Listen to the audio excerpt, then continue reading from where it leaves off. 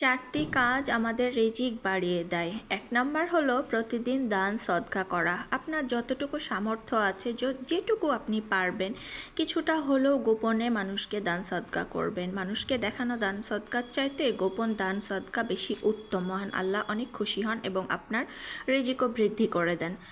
দুই নাম্বার হচ্ছে রাত জেগে তাহাজ্জুদ পড়া। রাতের শেষ অংশে যদি পারেন আপনি উঠে তাহাজ্জুদের নামাজ আদায় করবেন, কারণ এই সময়ের ইবাদত শুধুমাত্র আল্লাহর জন্য। আর মহান আল্লাহ কিন্তু শেষ রাত্রে প্রথম আকাশে নেমে আসেন আর বলতে থাকেন যে কেউ এমন আছো কি যে কোনো কিছু চাও, আমি তা পূরণ করে দিব। সুবহান আল্লাহ। আমরা এত সুযোগ পাওয়া সত্ত্বেও সেই সুযোগটাকে আমরা কাজে লাগাতে পারি না। আমাদের মতো হতভাগা দুর্ভাগা আর কেউ হতে পারে না।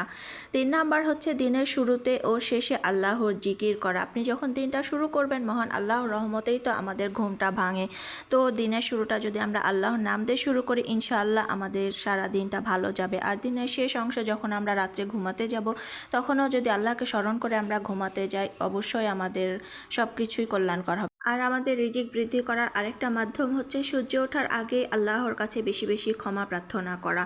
এই সময় আল্লাহ অনেক বেশি দোয়া কবুল করে থাকেন। এই জন্য বেশি বেশি করে সবসময় আমাদেরকে আল্লাহর কাছে ক্ষমা প্রার্থনা করতে হবে, কারণ আমরা জেনে হোক না বুঝে হোক আমরা দৈনন্দিন চলার পথে অনেক ভুল করে থাকি। সারাদিন যদি আপনি সারাদিন কাজের মধ্যে ইস্তেগফার বারবার পাঠ করতে থাকেন, তাহলেও কিন্তু আল্লাহকে খুশি করা সম্ভব।